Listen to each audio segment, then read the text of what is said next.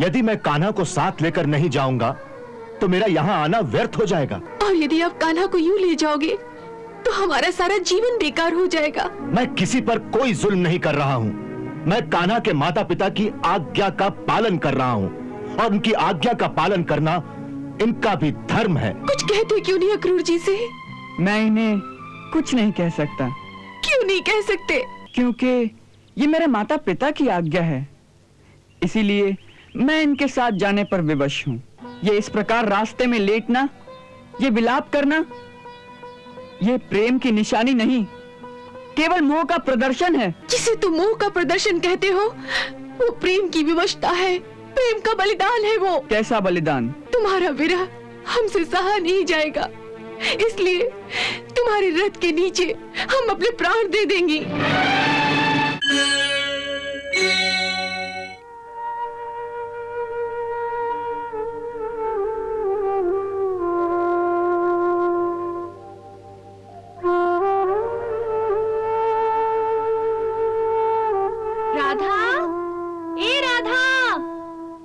राधा, अरे ओ राधा, राधा। अरे इस तरह यहाँ अकेली बैठकर क्या कर रही है? कृष्ण की राह देख रही है क्या? अरे बावरी, किसका रास्ता देख रही है? तुम्हें कुछ पता भी है कि तेरा कन्हैया तो गोकुल छोड़कर जा रहा है? अरे ये होश में भी है कि नहीं? कान्हा के जाने की बात सुनकर भी ये इस प्रकार बौराई से देख रही है। तनिक देखियो तो, कहीं सचमुच बौरा तो नहीं गई? राधा, राधा, राधा, तू सुन रही है ना हम क्या कह रहे हैं? हाँ। हाँ, तो तुझे पता है कि कान्हा गोकुल छोड़कर जा रहे हैं? हाँ। और तू फिर भी यहाँ बैठी है? तो कहाँ जाऊं? अरे उनके पास जा, उनको रोक। मेरे रोकने से अगर वे रुक सकते तो अवश्य जाती, परंतु वे नहीं रुकेंगे ललिता।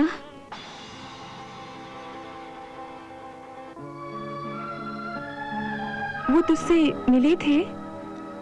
हाँ। यहाँ आए थे? हाँ। फिर क्या हुआ? वे चले गए। और तूने उन्हें रोका नहीं? रोका था। फिर? वो चले गए। वो चले गए और तूने उन्हें जाने दिया? हाँ। राधा, तू बाबरी हो गई है। अरे प्यार में इस तरह कोई हार मान लेता है? उठ, चल मेरे साथ। मैं जाकर पूछती हूँ उनसे कि किसी के हृदय में प्यार की ज्वाला भड़का के इस तरह चले जाना कहाँ का न्याय है। आज मैं भरी सभा में सबके सामने उनके रहस्य खोल दूंगी कि किस तरह वो तेरे साथ घंटों एकांत में बैठकर तुझसे मीठी मीठी बातें करके उन्होंने तेरा मन भरमाया है। मैं देखती हूँ कि किस तरह वो तुझे इस तरह धोखा दे सकते हैं। आज उन्हें सारे संसार के सामने तेरा प्रेम स्वीकार करना पड़ेगा। चल मेरे साथ। नहीं, मैं नहीं जाऊंगी। क्यों? सारे संसार के सामने न मैं अपने प्रेम को अपमानित करूंगी और न अपने प्रियतम को अपमानित करूंगी। राधा, ये कैसा प्रेम है तेरा जिसमें तू स्वयं बर्बाद होकर भी उन्हें उल्हाना तक नहीं देना चाहती? ललिता, प्रेम रोग की दवा भी प्रेम ही होता है, उल्हाना नहीं। तू जाकर मिल ले उनसे।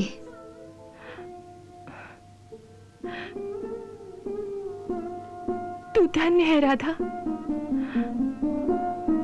राधा, तू भले ही ना जा, पर मैं उनसे उत्तर अवश्य मांगूंगी और उन्हें उत्तर देना ही होगा। चलो।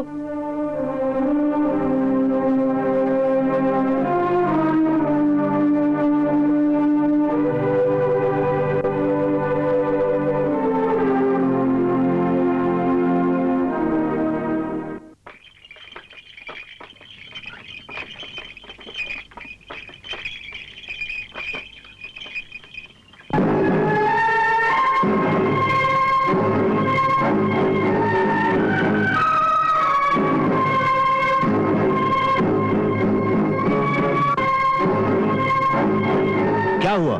प्रभु, इन लोगों ने रास्ता रोका है। किन लोगों ने? हम लोगों ने।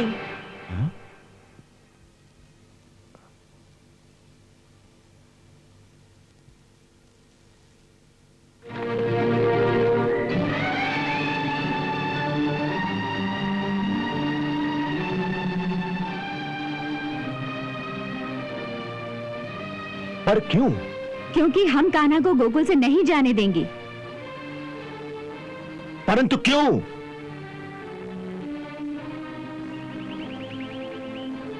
देखिए अक्रूर जी, यदि आप हर बात पर क्यों पूछते रहेंगे तो हम कितनी बार आपको इस क्यों का उत्तर देती रहेंगी। बस हमने ये कह दिया कि कान्हा को गोकुल से नहीं जाने देंगी। इसमें क्यों का तो कोई प्रश्न ही नहीं। परंतु बालिकाओं, हमें मथुरा पहुंचना है। इस तरह स्थान स्थान पर रुकेंगे तो हमें देर हो जाएगी। यदि आपको जल्दी जाना है तो कान्हा को रथ से उतार दीजिए और स्वयं रथ लेकर चले जाइए। हमें इसमें कोई आपत्ति नहीं। यदि मैं कान्हा को साथ लेकर नहीं जाऊंगा तो मेरा यहां आना व्यर्थ हो जाएगा। और यदि आप कान्हा को यूं ले जाओगे तो हमारा सारा जीवन बेकार हो जाएगा।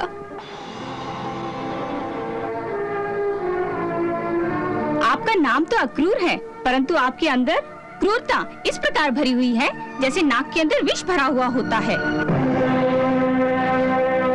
आप जिसे हमसे छीन के ले जा रहे हो, उसके बिना ये गोकुल, ये वृंदावन, ये खेत खलियान, ये फूल बगीचे सब उजड़ जाएंगे। और हम ये अपने जीते जी नहीं होने देंगी। इसीलिए रास्ते में पड़ी है कि कान्हा को ले जाना है तो हमारे ऊपर से रथ ले जाओ, ताकि जब कान्हा ही न रहे तो हमारे शरीरों में प्राण भी न रहे। हम पर इतना जुल्म मत करो अक्रूर जी, हम आपके हाथ जोड़ती हैं। हम पर दया करो, इतना जुल्म मत करो हम पर। मैं किसी पर कोई जुल्म नहीं कर रहा हूं। मैं कान्हा के माता पिता की आज्ञा का पालन कर रहा हूं और उनकी आज्ञा का पालन करना इनका भी धर्म है। हमें धर्म वरम की बातें मत समझाइए।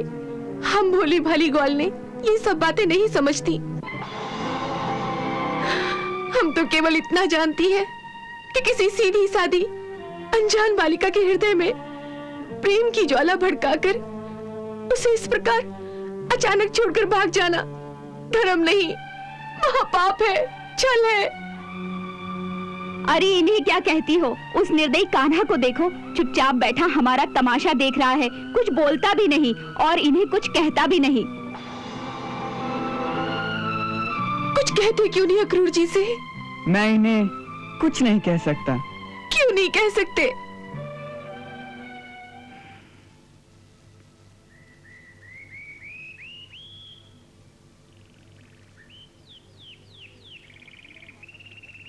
क्योंकि ये मेरे माता पिता की आज्ञा है, इसीलिए मैं इनके साथ जाने पर विवश हूँ।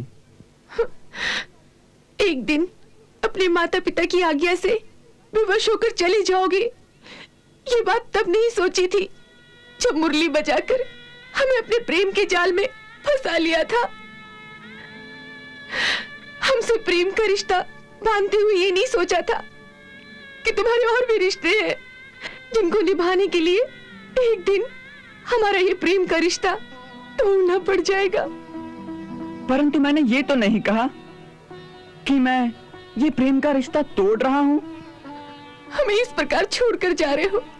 रिश्ता तोड़ना और किसे कहते हैं? यदि तुम ये समझती हो कि ये प्रेम का रिश्ता केवल मेरे यहाँ रहने से ही दृढ़ हो सकता है और मेरे चले जाने से ये प्रेम का रिश्ता टूट जाएगा, तो फिर तुमने प्रेम के रिश्ते को नहीं समझा है और ना ही इस रिश्ते की अटूटता को समझा है। इसका अर्थ तो यह है कि तुम लोगों ने कभी मुझसे प्रेम किया ही नहीं।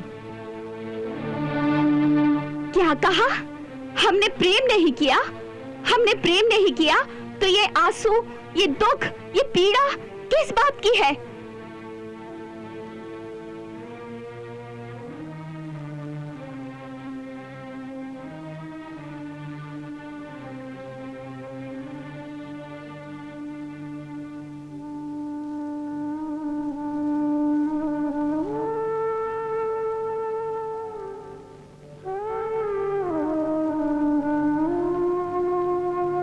ये आंसू, ये पीड़ा, ये दुख, ये केवल मोह का दुख है।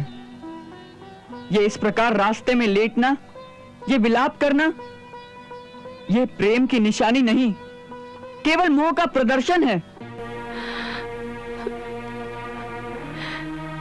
जिसे तुम मोह का प्रदर्शन कहते हो, वो प्रेम की विवशता है, प्रेम का बलिदान है वो। कैसा बलिदान? अपने प्राणों का बलिदान।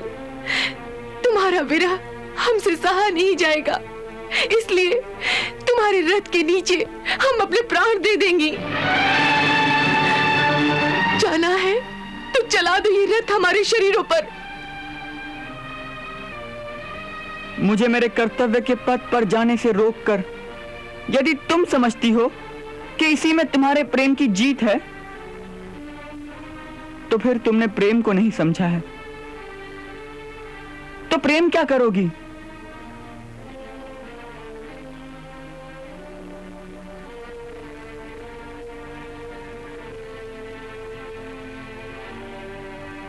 उठो,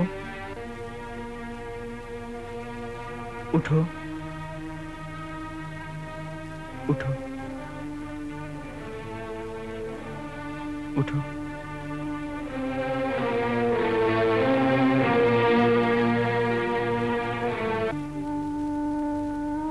याद रखो, प्रेम कभी कर्तव्य के पथ का रोड़ा नहीं होता।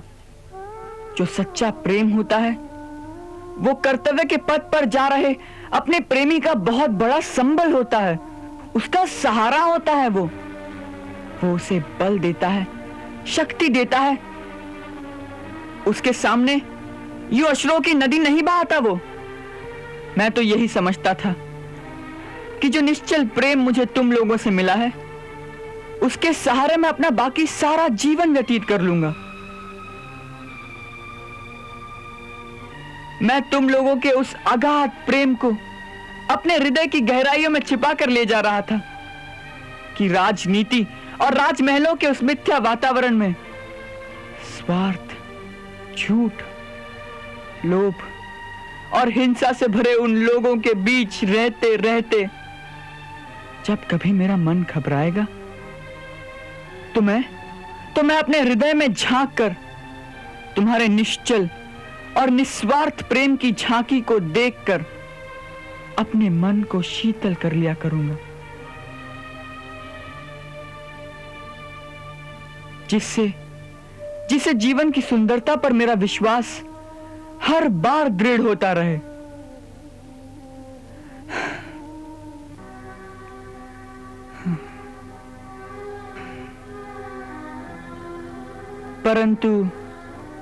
परंतु अब तो ये लगता है कि मैंने गलत समझा था। उनसे प्रेम की आशा की थी मैंने, जो प्रेम का अर्थ भी नहीं जानती।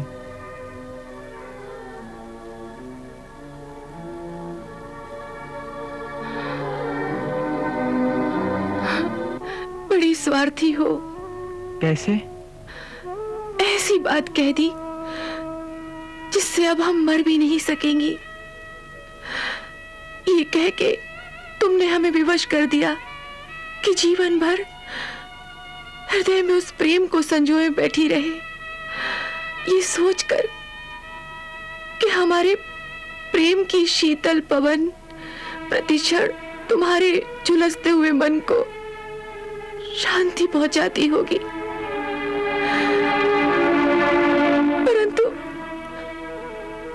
परंतु हमारे मन को तो इतना आश्वासन तक नहीं दिया कि हमारे भाग्य में फिर कभी तुम्हारे चरणों की शीतल छाया मिलेगी। यह सारा जीवन शून्य की सीमा पर बैठा रहेगा।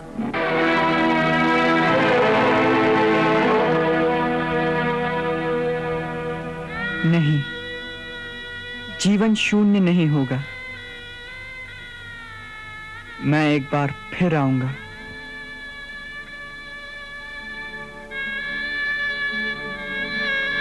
बस इसी वचन के सहारे जी लेंगे हम।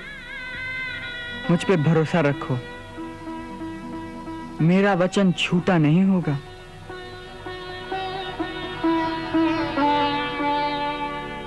अच्छा,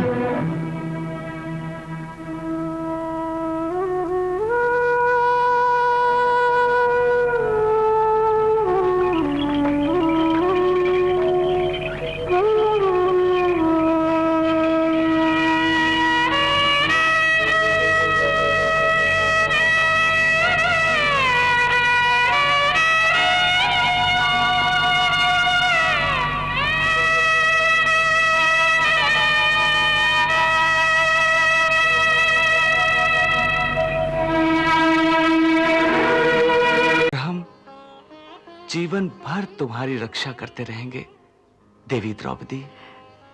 वचन दे रहे हो द्वारिकापति, इसे निभाओगे भी? अवश्य निभाऊंगा पांचाली। आज से मैं तुम्हें अपनी छोटी बहन मानता हूं और वचन देता हूं कि किसी भी सहायता के लिए जब भी मुझे याद करोगी तो हमें उसी क्षण अपने पास पाओगी। सौभाग्यवती पाओ। कृष्ण कृष्ण कृष्ण कृष्ण कृष्ण चक्रधारी, कृष्ण कृष्ण कृष्ण कृष्ण दुख शोकहारी।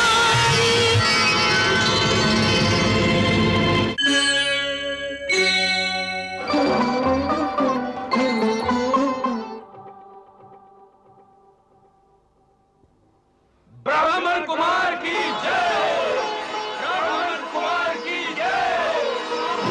ये हमारा बाण है। इस ब्राह्मण ने हमारा तिरस्कार किया है। ये मक्कार है।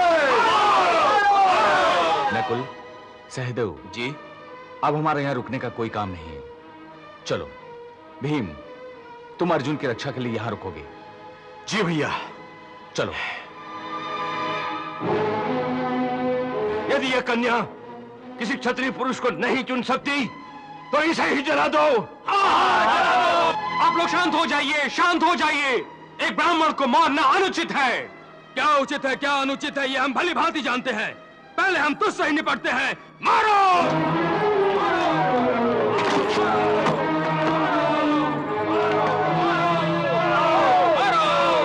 बहुत हो चुका। अब समस्त राजा और सम्राट सुने। इस तेजस्वी कुमार ने धर्म के अनुसार अपनी वीरता का परिचय देकर इस भरी सभा में द्रौपदी को अपने बाहुबल से जीता है। इसलिए इससे युद्ध करना अनुचित है। हां, ऐसा नहीं है कि आप लोगों को अवसर नहीं दिया गया। जब कोई भी क्षत्रिय राजा सफल नहीं हुआ तब इस ब्राह्मण कुमार ने बाजी जीती है। अब आप लोगों को किस बात का मलाल है? वैसे भी धर्म संवर में युद्ध की आज्ञा नहीं देता। यदुवंशियों, तुम लोग बीच में ना अटको, अन्यथा वरना क्या कर लोगे तुम इस कुमार का? अब कोई भी एक कदम आगे बढ़ा तो उसे पहले हमसे युद्ध करना पड़ेगा। समझ गए ना?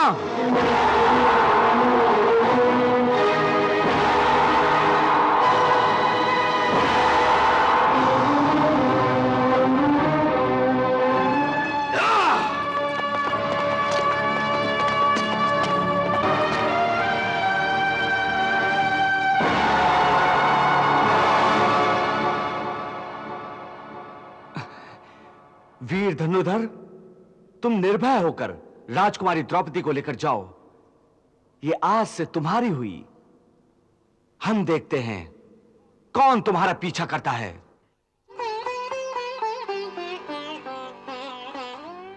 आज आपने हमारे प्राणों की रक्षा की है, इसके लिए मैं आपको प्रणाम करती हूं और जीवन भर आपकी आभारी रहूंगी केशव, जीवन भर।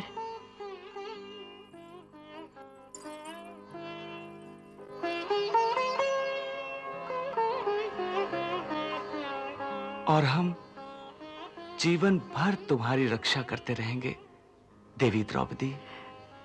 वचन दे रहे हो द्वारिकापति, इसे निभाओगे भी? अवश्य निभाऊंगा पांचाली।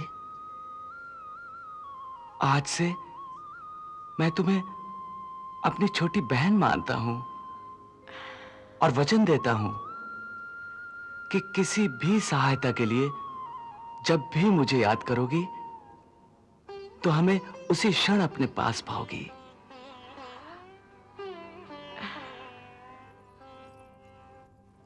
सौभाग्यवती भव।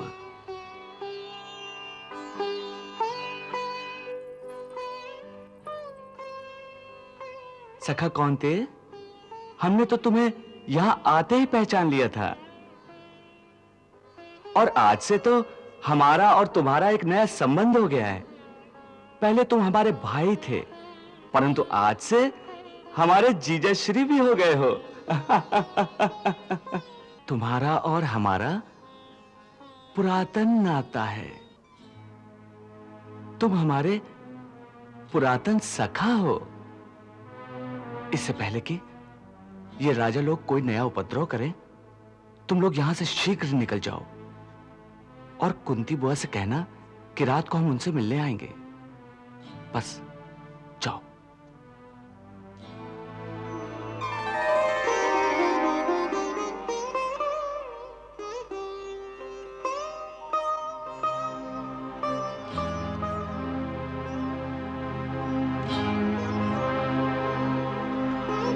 क्षमा कीजिएगा सम्राट युधिष्ठिर जी, आप तो अपना सब कुछ हार गए हैं, राज भी और अपना ताज भी।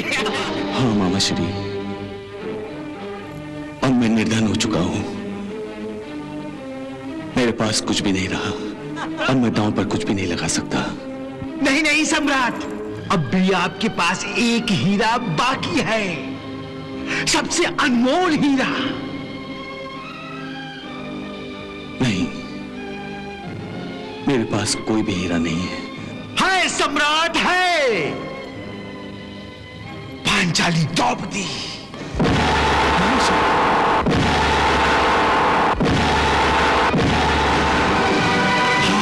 क्या सोच रहे हैं भ्राता श्री?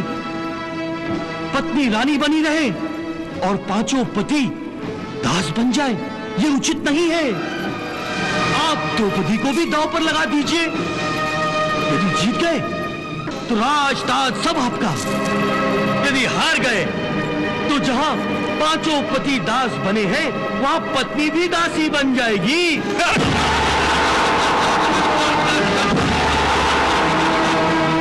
पांच पतियों की अर्धांगिनी अपने पतियों से अलग कैसे रहेगी भ्राताश्री?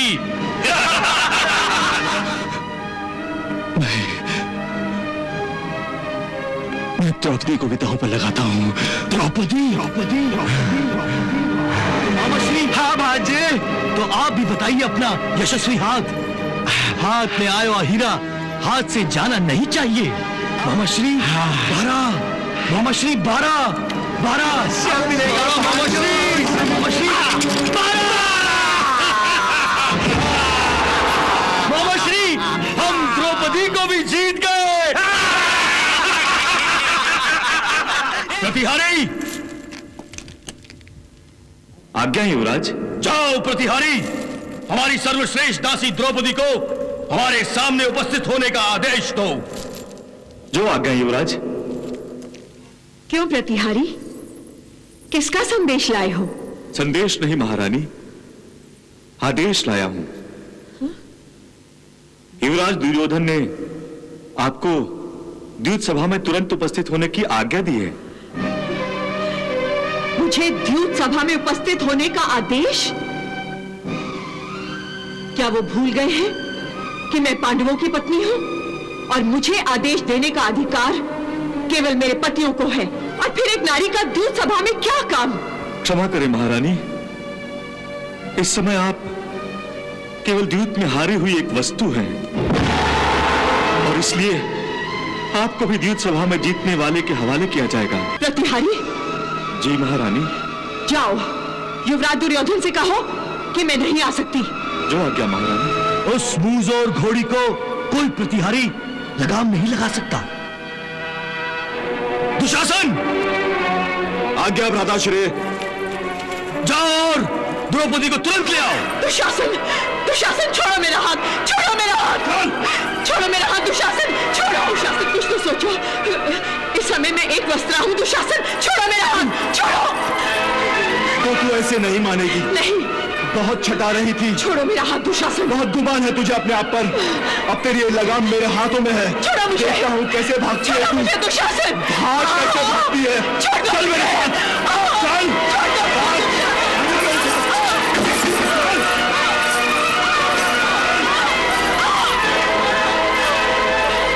केश पकड़ के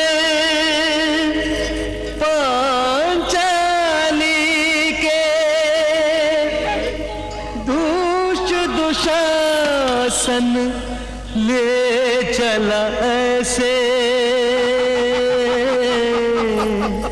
वृक्ष की बेल घसीट के कोई पागल हाथी ले जाए जैसे।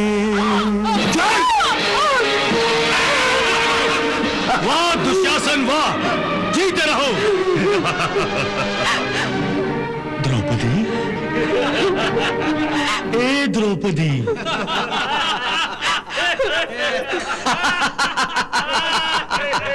हाँ दुशासन, जो आज्ञा भ्राताश्री। उठ, उठ। आओ द्रौपदी, आओ, आकर हमारी गोद में बैठ जाओ। दुर्योधन, तूने एक स्त्री का ही नहीं, मेरी पत्नी का भी अपमान किया है। मैं इस भरी सभा में प्रतिज्ञा करता हूं कि जिस जान पर तूने मेरी पत्नी को बैठने का आदेश दिया है, ईश्वर की सौगंध, मैं उस जान को अपनी गदा से तोड़कर रख दूंगा। और दुशासन, तुम भी मेरी दूसरी प्रतिज्ञा सुन लो। जिन हाथों से तुमने द्रौपदी के बालों को छुआ है, उन हाथों को मैं तुम्हारे शरीर से अलग कर दूंगा और तुम्हारे रक्त से मैं द्रौपदी के बाल धोऊंगा। धीरे बोल, धीरे। एक दास अपने मालिक के सामने इतनी ऊंची आवाज में नहीं बोलता। हाँ। दास, चल बैठ, बैठ जा, बैठ।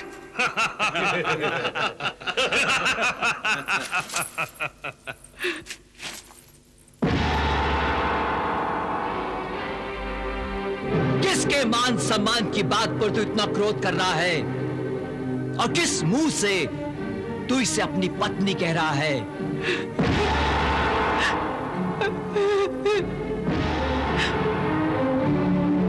ये अरे ये तो 5 पतियों की पत्नी है।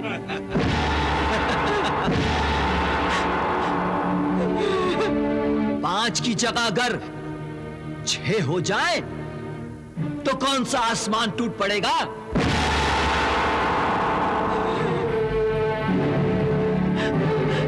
देखो कैसे अपना पल्लू संभाल रही है, क्या नाटक कर रही है।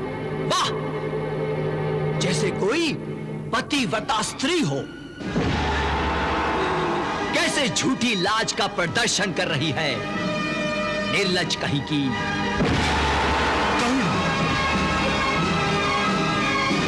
द्रौपदी, अब तुम दासी बन गई हो, दासी। ये लाज तो रानी महारानियों का आभूषण है, तुम्हें शोभा नहीं देता। दुशासन, द्रौपदी को निर्वस्त्र कर दो, निर्वस्त्र कर दो, निर्वस्त्र। दुशासन, क्या सोच रहे हो? आज्ञा का पालन हो। द्रौपदी के लुटने की लीला